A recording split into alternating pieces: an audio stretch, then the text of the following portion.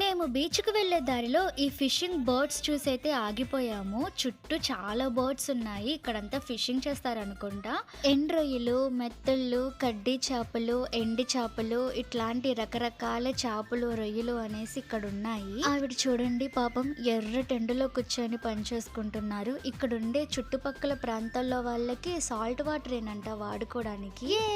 మేమైతే బీచ్‌కి వచ్చేసాము. ఎప్పుడెప్పుడు వెళ్ళాలా అని వెయిట్ చేస్తున్నాము. ఇక్కడ మా బుడ్డోడు దీనంగా కూర్చొని ఆలోచిస్తున్నాడు. మేము రెస్టారెంట్ లో ఉన్నప్పుడు ఆకలి వేస్తుందేమో అనేసి ఫ్యామిలీ ప్యాక్ బిర్యానీ ఒకటి తీసుకున్నాము. బట్ మా స్టొమక్ ఇంకా ఫుల్ గానే ఉంది. అందుకే తినకుండా వెళ్ళి మళ్ళీ కార్ లో పెట్టేశాము. వీడియోస్, ఫొటోస్ చాలా చాలా ఎంజాయ్ చేసామండి. రిటర్న్ వచ్చేసేటప్పుడు ఫేమస్ బందర్ బాదం పాలు అయితే తాగాము. ఫస్ట్ టైం తాగాను. బ్లాస్ట్ అంటారు కదా, నిజంగానే నాకు అలా అనిపించింది. అంత టేస్టీగా ఉంది. ఇక్కడ చూస్తున్న వాళ్ళందరూ బాదం పాలు కోసం వచ్చి ఆగిన వాళ్ళే.